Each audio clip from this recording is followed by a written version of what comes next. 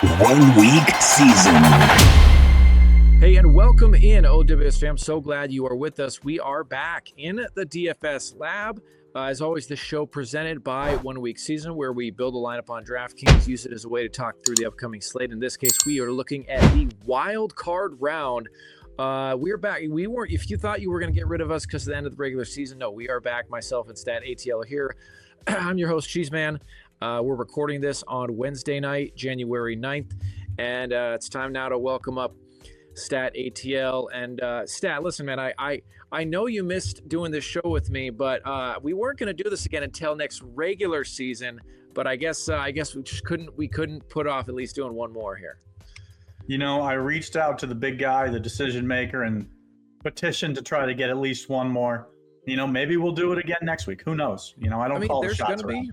Yeah, there's going to be another solid slate, you know, for the playoffs. You know, I remember, I used to grind really heavily in NBA DFS, and I remember like the point where you finally were realizing, like, but it was before they had Showdown, and you were like, it was the last game of like the, you know, Western or Eastern Conference finals, like where there wasn't going to be an opportunity for another slate, and you were finally realizing like, okay, this is it. Like, we're not going to be able to do anymore. Like, this is the last chance to play. And it's like, we still have at least one more slate, the divisionals, where, you know, I'd say you can probably do a show or something, can keep doing content. But once you get into like just 2 games or 1 game left, it's harder to put together that amount for just like 2 games or 1 game. But this week, dude, we have 6 games, wild card round. Any just overall thoughts for you for like the playoffs? Like, do you look at things any differently? Do certain like situations like home quarterbacks or playoff experience stand out to you more than like, does anything change for from the regular season for you? In terms of like the players I consider, no, not really. I think the one thing that changes for me is I generally am like mostly like a main slate only guy. I will play all the slates this weekend. I'll play the 2-game Saturday. I'll play the 3-game Sunday. I'll play the 6-gamer, which I think is what we should probably talk through today. Yeah. I'll do Showdown on Monday. You know what I mean? Like, I'll play them all. How many? Now, you've been grinding every day for 1 week season and for your channel as well, just doing best ball drafts. So you're probably you've been already just thinking through things for like weeks on end now. How many more days are you doing the streaming live? I know you're doing it at 5 p.m. Eastern every day. Yeah, good shout there. I've been doing it about started I think on the 28th or 29th. So yeah, going on about almost 2 weeks now. Fantastic. Yeah, I don't know. I've probably done 400 or 500 drafts at this point for playoff best ball. It's a format that I really love. I've had some great success with it. Actually took down the flagship contest on Underdog last year. I've had teams in the finals like every year. And so, you know, to me, I just really love chatting about it. Been doing those live streams every day at 5. Maybe I'll make you link one in the video or up in one of the corners. Yes. To today's or tomorrow's stream. We'll link one up there. Yeah. Check it out. Awesome. I mean, yeah, because if you guys haven't checked it out yet, definitely check it out. If you're thinking of doing playoff best ball, Stat does some great content. He talks through kind of strategies while he's drafting. And there certainly is, you know, an edge to be had. So definitely check that out. You'll be streaming tomorrow at 5 p.m. So you'll stream. So you won't. So tomorrow will be the last day you'll stream, and then we're into it basically. I will be live at 5. Or sorry, tomorrow. No, Thursday and Friday. My bad. Because that's right. I forget we're recording this on Wednesday night, but you're watching this on Thursday. So you'll stream today and then Friday as well. Yeah. I will stream Thursday. I will stream Friday. And I will probably do an emergency stream potentially on like Saturday, maybe at like noon or 1 o'clock, just depending on like the fill rates of the tournament. Yeah. Oh, that's true. I was going to say, I've gotten pretty close to like the volume that I want to play and the contests, but you know, if they aren't filling come like Saturday, I don't mind putting in 2 or 3 hours and firing away. I won't build as many DFS lineups. I think for me the playoff best ball is higher EV, so I'll fire more into those contests. Get that overlay, dude. Okay, well, let's jump into DraftKings here, and I think what we talked about, we're just gonna go game by game, and so got 6 games here. Let's start with this, and this we're building a lineup for the 6-game slate. But like you just mentioned, there's the 2-game Saturday slate, the 3-game Sunday slate. You can do like a Saturday, Sunday only, excluding the Monday night game.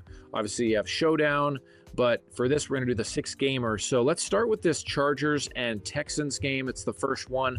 Always seems like the Texans are in that first, like the AFC South, it seems, is always in that first Saturday window, if my memory serves me. But Chargers Houston, like, what kind of stands out is we kind of start with the passing games here. Yeah, so let's go one team at a time. You pick which one we talk about, and that'll help me kind of keep my thoughts thoughts aligned. Sounds like a good idea. So yeah, let's start with the Chargers. They're on the road. Justin Herbert. Let's start there. Yeah, so I mean, Texans D, they've been a pretty tough matchup all year for opposing quarterbacks. I think Cooper Rush is like the only quarterback to throw for 300 yards against them. Didn't exactly face a murderer's row of quarterbacks playing in the AFC South. They had Anthony Richardson and Caleb Williams, like Sam Darnold, Drake May, Rodgers, Cooper Rush, Mac Jones. Like, they had some decent quarterback play. But generally, I think that like Justin Herbert's more appealing than it appears on paper. Like, it's kind of showing as like a middling type matchup, but the Texans really didn't face too many strong quarterbacks. Herbert utilizes his legs. He's got over, I think, 300 yards rushing this year. He's got multiple rushing touchdowns. And when Lamar Jackson, Patrick Mahomes, and Anthony Richardson played this Chargers team, they all rushed for over 30 yards and a touchdown. And I think like the other mobile quarterbacks like Caleb Williams, Drake May, Josh Allen, they all had like 40 or 50 yards rushing. So I think there's some good floor for Herbert here. Yeah, dude, I like that. And just, it seems too like that rushing yards can maybe be a little bit higher floor in the playoffs too, just with kind of everything's on the line for these quarterbacks. Okay, so do you want to go just kind of down the line for the Chargers, or do you want to go over to the Houston side at quarterback? Yeah, so for me, that's generally how like I do a first look. Like, I just go position by position for each team. I kind of mentally take some notes of where I think maybe I'll put some bullet points as I come across. So like, to me, like Herbert's kind of middling. Like, he's not a no, but he's interesting. Like, he'd stay in my original kind of my initial pool. Like, at running back here, it looks like it's a tougher matchup for J.K. Dobbins. Like, DraftKings throws in that red fourth, like that it's a really tough matchup. But on the ground, like 6 out of the 7 running backs that saw at least 20 touches accounted for a minimum of 99 yards and added a touchdown against the Chargers. So Tony Pollard was the only exception to that. The other 6 running backs who, got volume basically were successful with it. Like, all of them had 100 or more yards and a touchdown. So I think when you look at J.K. Dobbins, like, he saw 18 or more opportunities, I think, in 8 of his 12 games. So like in 75% of his healthy games this year, he was touching the ball 18 or more times. So I think that he's interesting. You're seeing here he's 6,200. That's a pretty middling price. Obviously a couple lower than him, a couple higher, but kind of middle of the road. I do really like him. I think he's interesting in this matchup. Awesome. So Dobbins, you like is kind of a.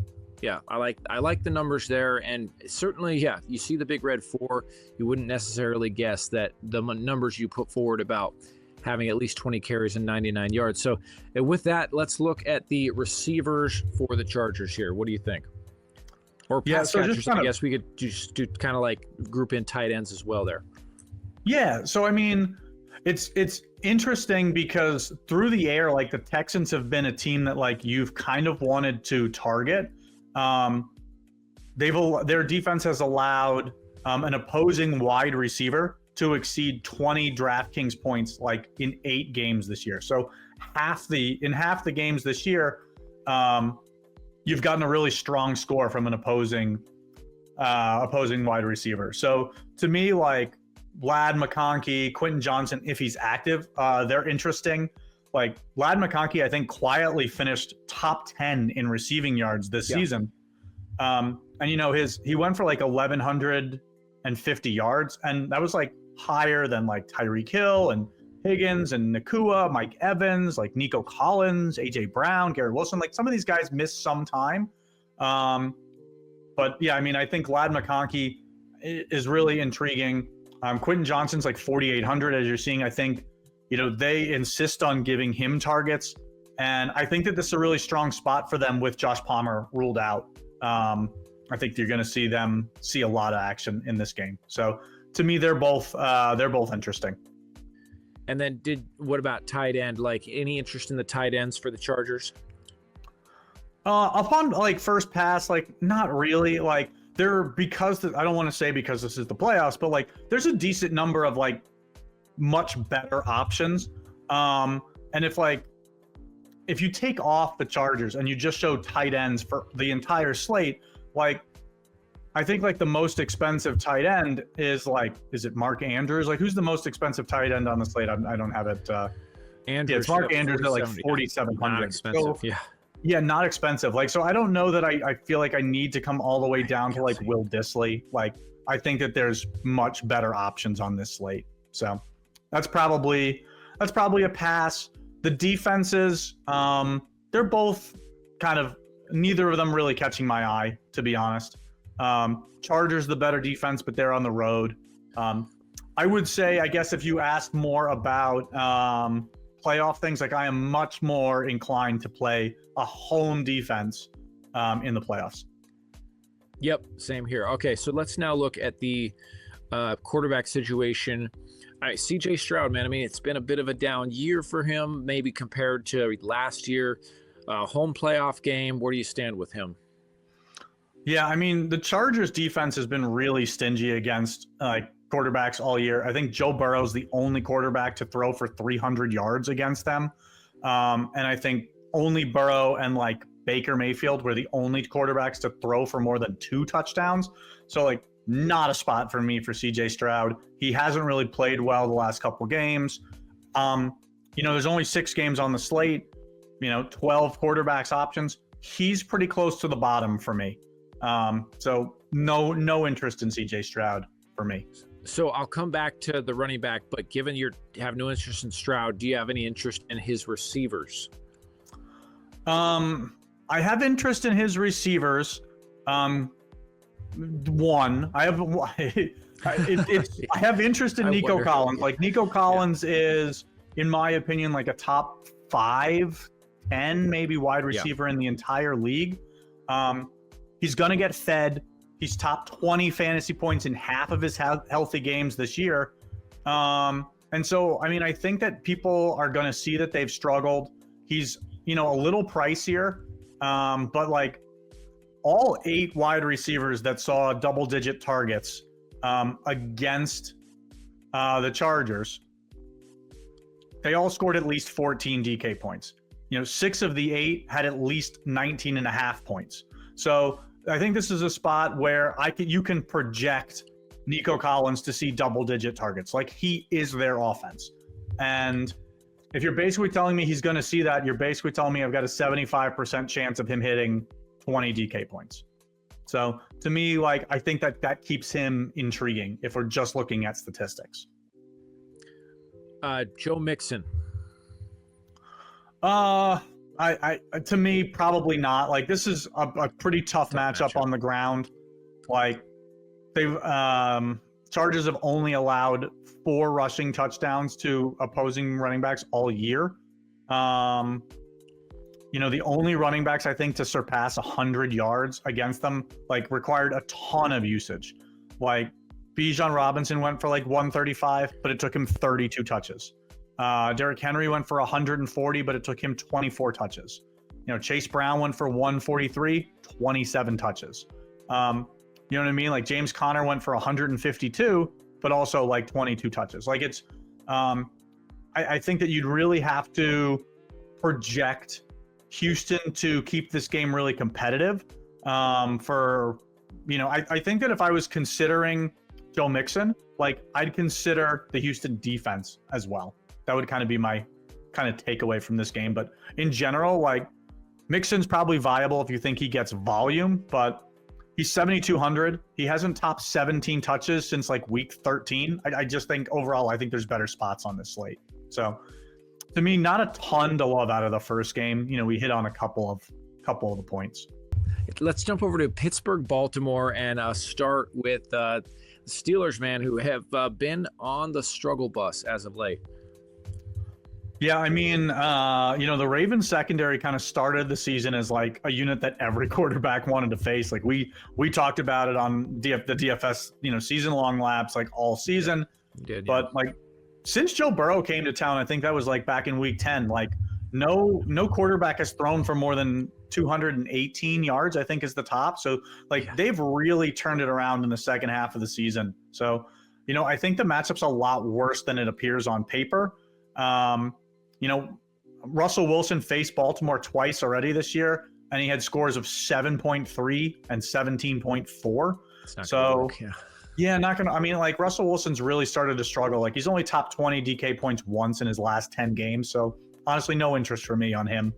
I think part of like these mental exercises that I like to do is while we're trying to identify like who are some of the plays that we do like, part of it for me is just like crossing off. Nope, no interest here.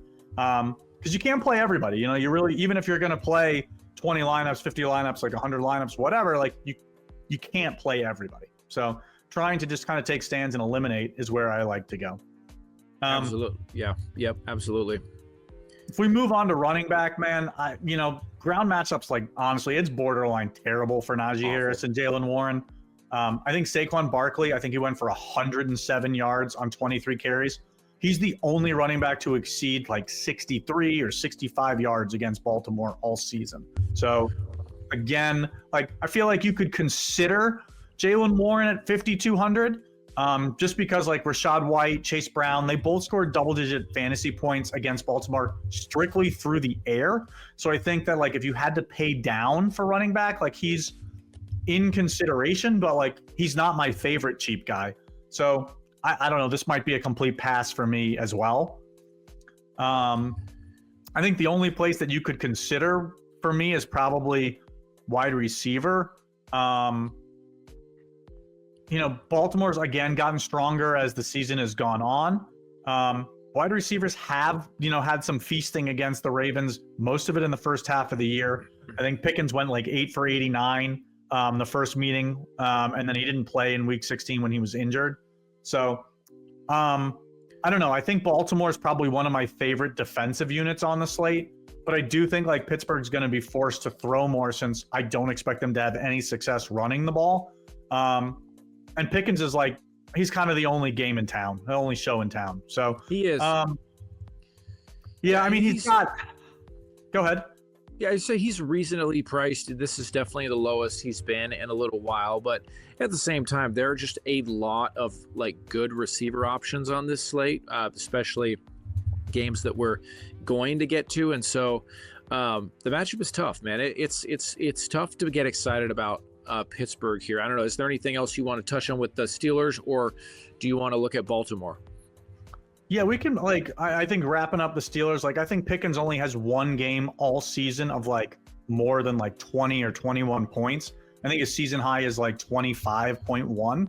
So at 6,300, I don't see a scenario where you get crushed for not playing him. If he gives you 18 to 20, that's a strong score. It's 3x, 3.5x his salary. But again, there's some good wide receivers on this slate. Pricing isn't that tight. To me, I think this is it's probably a spot I won't rush to play any Steeler, to be honest.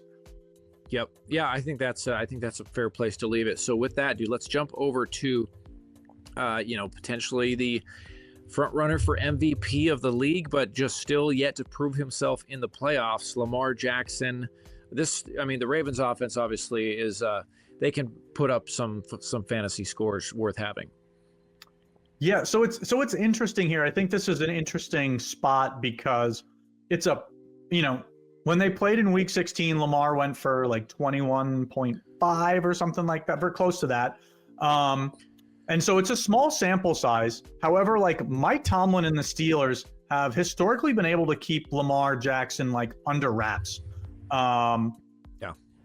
In week 16 was the first time in his career topping 20 fantasy points against the Steelers. And he's been in the league a couple of years and they play each other twice a year. So he hasn't played in every game, but again, this was his first game topping 20 points. Again, it's probably his best year statistically, but he's 8K. He's likely going to be missing his top target in Zay Flowers. So, I just off the hop initially, like at 8K, it kind of feels like a fade to me. Like, yeah, I can see it. To me, I think like the ground matchup is where where I probably want to look at. Like, I think it's probably slightly below average for Derrick Henry. There've only been, I think, 6 running backs that saw 20 or more carries against Pittsburgh this season. And, you look at like Jonathan Taylor, Rico Dowdle, Tyrone Tracy, Nick Chubb, Khalil Herbert, and Henry back in week 16. Like 5 out of those 6 guys scored 19 or more fantasy points. So like, again, it's a tough matchup, but I think that if we can count on Derrick Henry to see 20 or more carries in a game, I think that you're going to, because with Zay Flowers likely out, like, and he may have been ruled out. I haven't looked at the news today. I just think this is a spot where they lean on Henry. So I'm expecting him to be heavily leaned on. He's 8,200. I think he's going to carry lower ownership than Saquon Barkley, probably at the similar price point. We'll get to that game in a second, but that's probably where I'm at. I think he's a strong consideration for me. Yeah, dude, Henry in the playoffs. I mean, just that big, physical running style of his, and I mean, it's it's going to be cold. It's tough to tackle him, like just as it is. So I really like Derrick Henry. What about like the tight ends for the Ravens? Or obviously receiver. I don't want to skip over receivers. I know Zay Flowers is out. So the passing game for the Ravens. Yeah, so I mean, I think if you look at like the last quarter of the season, so like weeks 15, 16, 17, 18, like the Steelers allowed some pretty strong game lines to opposing wide receivers. Just the last 4 weeks, I'm going to read out some stat lines to you. 8 for 110 and a touchdown, 11 for 109 and a touchdown, 5 for 100, 8 for 79 and a touchdown, 10 for 96 and a touchdown, 8 for 84 and a touchdown. Those are just the last 4 weeks. You've got 6 really strong scores from pass catchers. So to me, especially with Zay Flowers out, like Rashad Bateman and probably Mark Andrews really become extremely intriguing to me as like value piece. I think you could throw Isaiah Likely in there as well. I think you could build a lineup with Henry and one of Bateman or Flowers and feel like you've got most of the offense covered. Or Bateman or like Andrews or Likely. I think you have most of the offense covered. Yep, absolutely. I like it, dude. Okay, and you already said you do like the Ravens potentially as a home defense. Did you say that? Yeah, I think they're probably my favorite defense on the slate, to be honest. Okay, awesome. Okay, let's move on to the next one. Denver, Buffalo. Let's start with the road team. Bo Nix, a rookie making his first playoff start. Yeah, I mean, off the hop to me, like I think this is an intriguing, like interesting spot for Bo Nix. Like I don't think people want to play Bo Nix. But like Buffalo's faced 3 mobile quarterbacks this season, and they allowed Kyler Murray to go for 57 yards on 5 rushes, Lamar Jackson to go for 54 yards and a touchdown on 6 rushes, and Drake May went for like 30 or 30 something yards on 5 or 6 attempts too. So like Nix is averaging 5.5 rushing attempts per game. He's put down some really strong games down the stretch, including like 3 straight games of 21 or more DraftKings points. And he's kind of in that mid-ish range. at 6,300. Like, to me, he's intriguing. Like, I think I'm going to have some interest in him. You know, we've gone through and crossed off one quarterback in every game so far. So, yeah, you know, I think Bo Nix is interesting. How about any interest in this Denver running game, which is just kind of a frustrating up to like a 3-way split? Yeah, so surprisingly, yes. You know, Okay. this is a really solid spot for like the Denver backfield. Buffalo's allowing like over 4.5 yards per rush attempt this season. Yeah. And in the last 4 games that he played, like Jaleel McLaughlin led the Denver backfield in touches in every game, including 18 touches last week in a must-win game against Kansas City. So, you know, he's sub 5K. I think he's my favorite of the cheap running backs. We'll say 5,500 or what, I'm just throwing out an arbitrary number. Of the pay down running backs, I like taking shots on Jaleel McLaughlin. Yeah, I can see it, dude. And you look at his game logs last week, you know, only had 2.5 yards a carry. And so I look at that, like, I feel a bit concerned, but then I look at some of his other games. He has some games where he's averaging over 6 yards a carry. So clearly he has the potential to have a better yards per carry average than last week, because the 18 touches, if he can get that again, you're right, for 4,900, that's a good spot. Yeah, and then if we move to kind of the pass catchers, like I think Buffalo has seen 5 pass catchers, so wide receivers and tight ends, that were targeted like double-digit times, 10 or more times in a game. And the only one not to exceed 100 yards was Christian Kirk back in week 3. So I think the passing offense is generally concentrated like completely around Courtland Sutton. You know, he's got 135 targets this season, and that's more than double than any other Denver pass catcher. So, you know, Sutton's got 10 games this year with 9 or more targets. And I think at 6,600, like, I think he's a strong play in a game that I expect Denver to probably be trailing. So I'm borderline thinking that you could go Sutton or McLaughlin, one or the other, in most of your lineups, and it would be a positive expected value play over the long term. Love it. Yeah, I like that. Yeah, tight end. I mean, you know, hard to no interest in Denver tight ends. No interest in Buffalo tight ends either, to be honest. Like, but let's start with QB and kind of work our way there. So, you know, Denver's defense certainly above average. Second half of the year, though, they've allowed games of like 500 yards and 4 touchdowns. So like Jameis Winston, 440 yards and 4 touchdowns to Joe Burrow. You know, Lamar Jackson went for 284 and 3 touchdowns. Justin Herbert went over 300 yards and 2 touchdowns. Like, and those are just in the second half. So, you know, Josh Allen also, like Lamar, kind of having an MVP type season.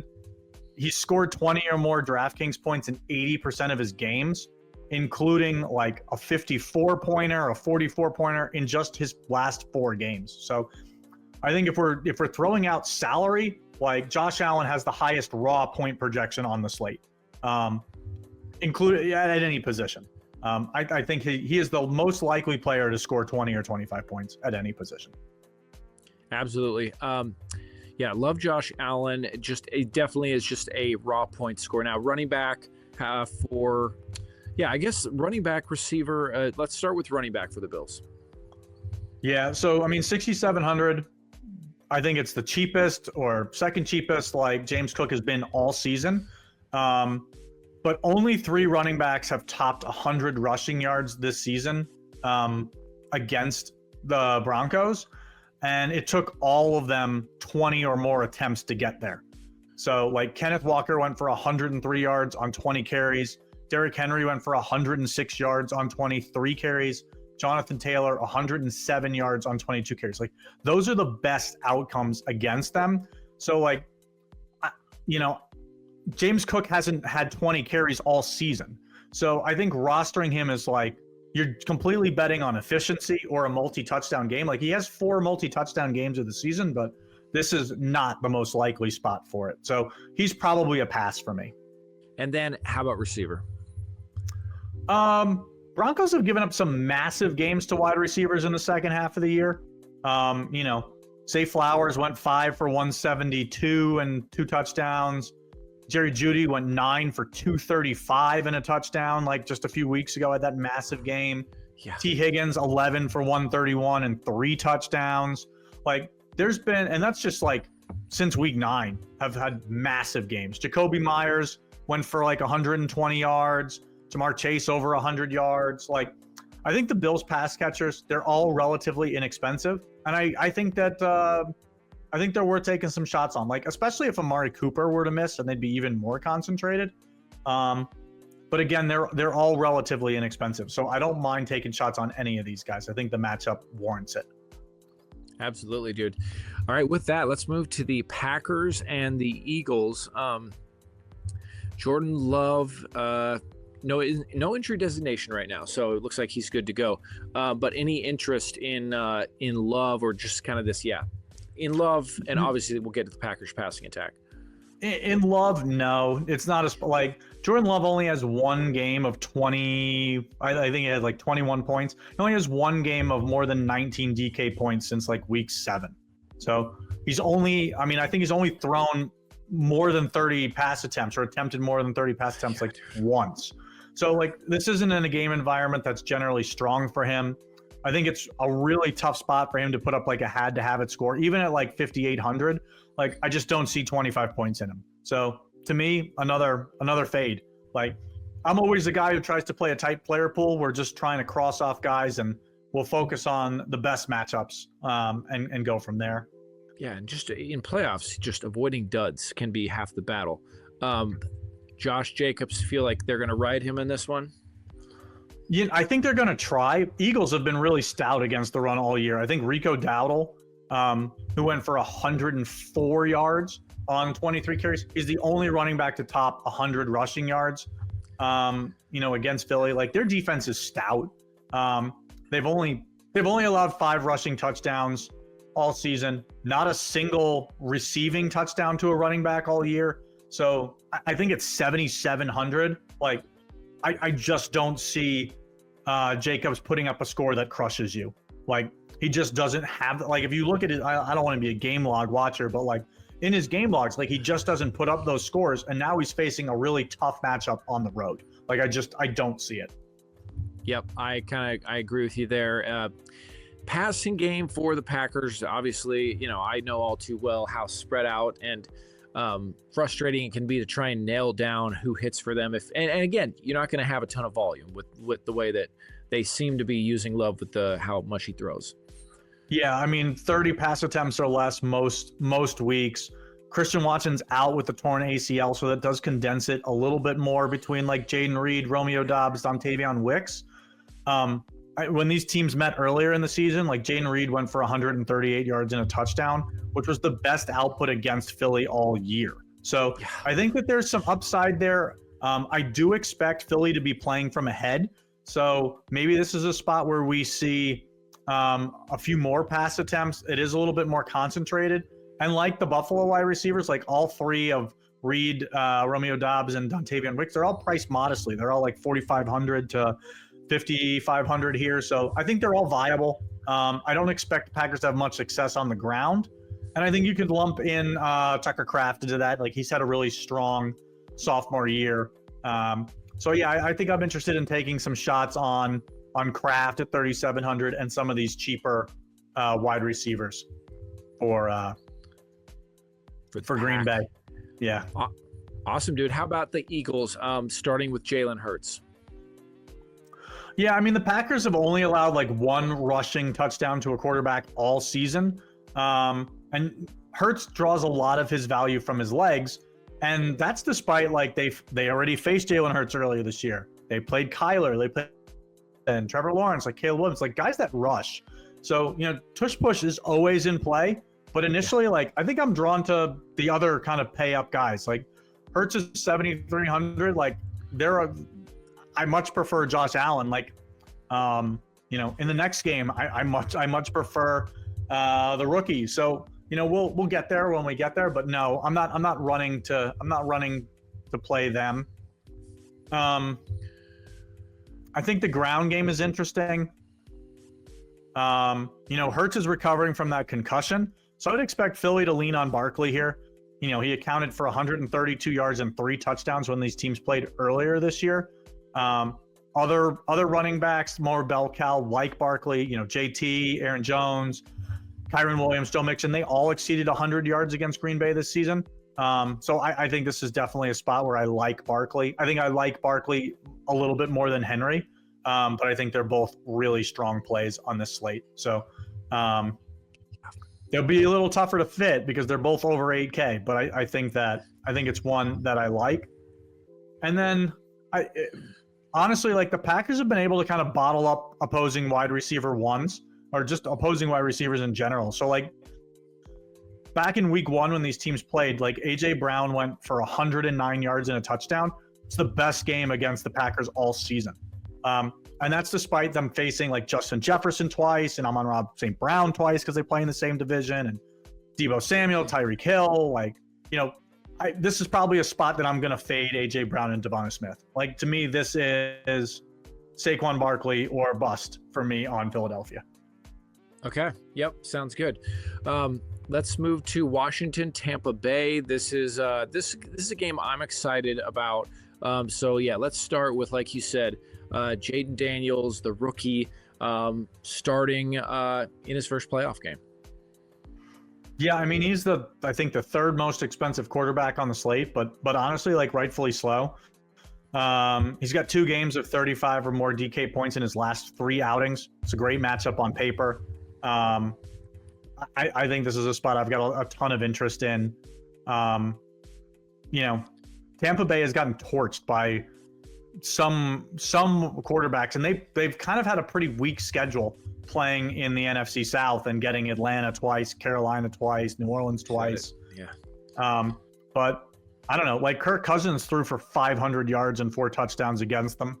Lamar Jackson went for 300 and something and 5 touchdowns. Mahomes 303 touchdowns. Like Purdy threw for 375.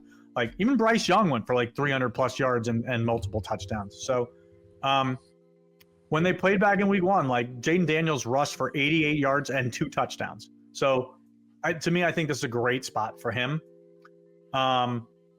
Yeah, I think if Jaden Daniels might be my favorite play on the slate, as you say that, and just when he is pushed in games, he makes plays and just he can put up points in a hurry. So let's look at how about the running games for the Commanders? Yeah, no, Austin Eckler is going to be back, just more competition. They've got competition, with Jaden Daniels as well. Honestly, I'm going to look elsewhere than the Commanders' backfield. And then I think, go ahead. I was going to say, I think if you're building around Jaden Daniels, I think pairing him with either Zach Ertz or Terry McLaurin, honestly feels kind of preferable. The Commanders' offense almost entirely, their passing offense at least, flows completely through those 2 guys. I think McLaurin has 117 targets. Zach Ertz has 91 targets on the season. And those 2 account for 20 of the team's 28 receiving touchdowns. So if you're going anywhere, I know that they're a little cheaper than they have been. I like both options if you're playing Jaden Daniels.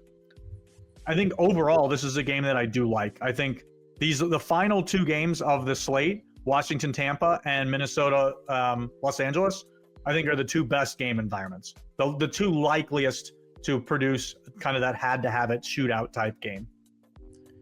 Yeah, man, I feel the same. So how about Baker Mayfield and just looking at Tampa Bay now? Yeah, I mean, first 6 weeks of the season, Commanders allowed some massive games. Since then, since week 6, no quarterback has thrown for 250 yards against them. So they've kind of played some weaker competition since week 6, but again, that's still 11 games. And they've been impressive. So I think Baker's a dynamic option at the position. We'll keep him in consideration just because I like this game.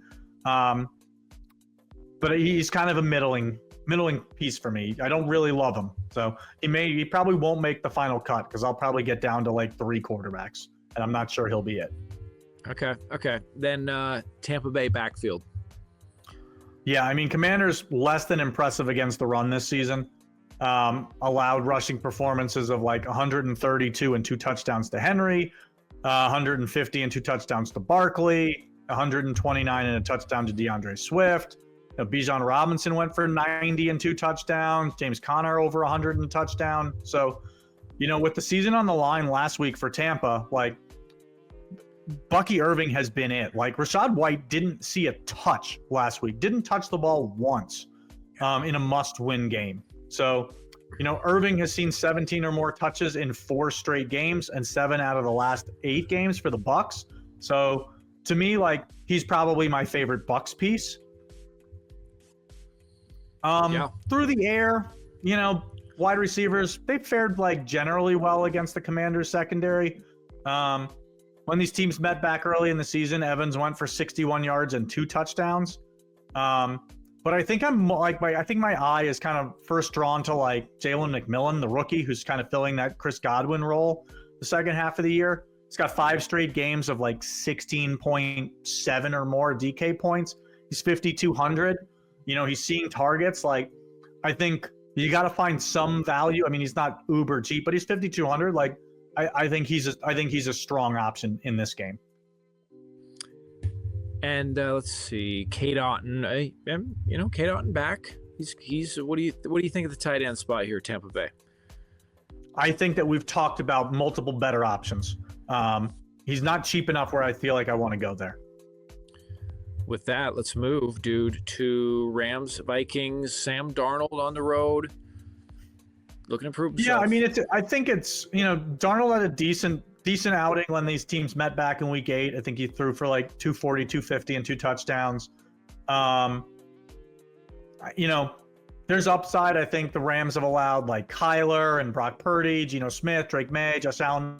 They all went for over 300 yards with multiple touchdowns. So there's upside for Sam Darnold here in this matchup. But I think like for 800 less, I'd rather just play Stafford in the same game. Yep. I feel you there. I think the ground matchup for Minnesota is like, it's kind of middling for Aaron Jones. He's dealing with that quad injury. So there's a long list of running backs that saw 20 plus touches in this matchup. Barkley, Connor, Swift, Madison, Kenneth Walker, Alvin Kamara, Jordan Mason, Josh Jacobs, Isaiah Garendo, and Ramondre Stevenson. They all saw more than 20 touch-ups in this matchups, 20 touches. But only Barkley or Swift put up 20 DK points. So I don't know that this is a spot that I'm like super drawn to be honest. Yep, I feel you there. And then how about these Vikings receivers? And, we can loop in Hawkinson there too, the pass catchers. How much interest do you have there? I have a lot of interest. Rams have, they've allowed some really strong games to opposing wide receivers this year. And I don't think anybody needs me to tell you that Justin Jefferson is really good. Notable games against the Rams: 11 for 173 and 3 to Juwan Jennings, 7 for 180 and 2 touchdowns to JSN. Shakir went for over 100 and a touchdown. AJ Brown went for over 100 and a touchdown. Jameson Williams went for over 100 and a touchdown. Marvin Harrison went for 130 and 2 touchdowns. Back when these teams played back in Week 8, Jefferson went 8 for 115, dropped a touchdown. But I think it's a really strong matchup, and like opposing tight ends have found strong success too. Like McBride, like last week, I think, or 2 weeks ago, went 12 for 123 and a touchdown. Tucker Kraft went for 88 and 2 touchdowns. Brock Bowers went 10 for 93. So to me, like Hawkinson's really in play. Same with Jefferson. Both really strong options, like having that Monday night hammer, like the last game hammer of the slate. And let's talk about the Rams kind of briefly, then we'll build a lineup quick and get out of here. I know we're a little longer than we usually go, but I don't know. I think people kind of like this game by game, position by position breakdown. I mean, it's the playoffs, dude. Playoffs. Playoffs? So, yeah, I mean, I alluded to Stafford a little bit earlier, 5,700. Like, he's probably my favorite pay down option at the position. Vikings have allowed some really strong games to basically every above average quarterback they faced all year. Purdy threw for like 320. Love threw for like 390 and 4 touchdowns. Goff went 280 and 2. Will Levis threw for 295. Caleb Williams went 340 and 2 touchdowns. Kirk Cousins went for 340. Geno Smith went for 314 and 3 touchdowns. Like, even back when these teams first met, like Stafford went 280 and 4 touchdowns, which was a game that the Rams won 30-20 when they first met this season. So a total of 50, which is about where I think this game is set at. So I really like him. Through the air, like I really like Puka Nacua. Like, I think Puka Nacua, we're going to skip running back for a second. Like, I think Puka Nacua is like one of my favorite, if not my favorite play on this slate. Like, the Vikings gave up 20 or more DK points to pass catchers 16 times in 17 games. So basically one a game, they gave up 20 plus points to a pass catcher. Since returning from his injury back like in week 8, Nacua is averaging over 10 targets a game. This matchup doesn't get any better. Like, he's probably my favorite play on the slate. Hey, you heard it here, guys. And then a Favorite running back play on the slate. Yeah. Okay, go ahead. Running back. Yeah, running back like Kyron Williams. I think he's in play. He's averaging 21 touches a game this season. He's got 16 total touchdowns in 17 games played. So he's squarely in play. I think he's going to kind of be the forgotten man at 7,400, to be honest with you. You see that if you move to running back, like DK's got that red 9 next to him. I think that scares people away, but the matchup's not really as daunting as it seems. Like, a bunch of running backs have exceeded 100 yards, scored a touchdown against Minnesota. So I like Kyron Williams as well, but again, you can't play everybody. So. Very true. I think we kind of hit through. I think we kind of hit on all the guys. Yeah, we did. So with that, dude, let's throw a build together here. Where do you want to go with this? Where do you want to start? Well, favorite quarterback on the slate at the pay down option, 5,700, Matt Stafford. Let's start there. And I'm guessing you want Puka in here as well. You're a sharp guy. You've been listening the last couple minutes. Yeah, I think Puka is a for sure play in this lineup. And then let's eliminate the tight end position from this game as well. And let's get kind of that mini correlation with TJ Hawkinson. I think that's a really strong spot. I think that you could consider Justin Jefferson. He's super expensive. You could also build this lineup with Kyron Williams as well. But I think that's going to limit where we can go with running backs. So I think my favorite pay up option at running back, and I think we're going to have the salary for it, is Saquon Barkley. So yeah, let's go Saquon Barkley and the Eagles D. I always kind of like to have this correlation on these shorter slates. I think for basically the same salary, you can go down from Barkley to Derrick Henry and then go up in that salary up to the Ravens. Like, those are basically like 1-for-1 swaps. So I like both of those as options, but let's stick with Barkley Eagles here. 5,200 left per position. We've already used D. Let's pay down at running back. I think we said favorite running back kind of at the pay down option. Jaleel McLaughlin. I think that he's intriguing on this build. I don't mind him as a one-off piece. Like, I don't know that I need any other piece from that game. I wouldn't mind a Buffalo wide receiver. We'll see where we land there. Just, I know they all kind of fit into that low 5K range, which is where it's looking like we're going to be with like 5,300 a spot. Yeah, no, this is eye-opening because, it's like there's not any screaming value. But yeah, where do you want to go next year with 2 receiver slots still to fill? Yeah, let's look in the 5K range for wide receivers, and let's kind of decide on what we want to do here. I think if we just kind of talk about the game environments we liked, I think McMillan is a strong play for me here. He's 5,200. I really like the floor that we've kind of seen out of him. Where else do I want to go here? If we're not going to play Henry, I think this is a lineup that we look at either Likely or Mark Andrews, or we go to Rashad Bateman. Let's go Rashad Bateman here. I think Bateman has more upside. I think that Rashad Bateman, we've seen the 40, 50-yard touchdowns from him. He's going to be operating as the alpha in this offense, so I like that. And then we've got 5,600 left on flex. So just hit me in that mid 5K range and let's kind of see. I think that if we're playing Barkley and the Eagles, like it would make sense that Green Bay's in a trailing game script and throwing more. So we could take a shot on Jaden Reed or Romeo Doubs. I think this is a build where we could consider Khalil Shakir as a correlation with Jaleel McLaughlin. So those are probably my favorite options. I would say let's go Romeo Doubs here, and then just for a housekeeping point of view, like swap him with Nacua. I like that. Just so that Nacua, who's got the latest game, is in the flex. Let's do that. Yes, sir. Yes, sir. Awesome, dude. And there it is.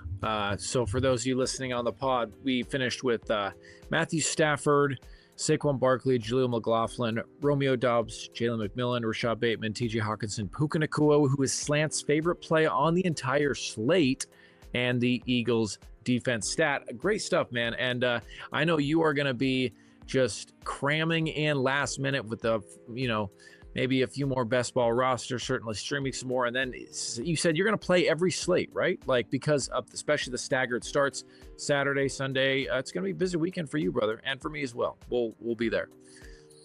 Yeah, send the wife to the spa. Tell her we'll see her Sunday afternoon. There you go. It's a win-win. Awesome, guys. Thank you for tuning in. Stat, good luck this weekend for the wild card and the best ball stuff. And thanks for the time, brother. We'll see you. Yep, always enjoy it, my friend.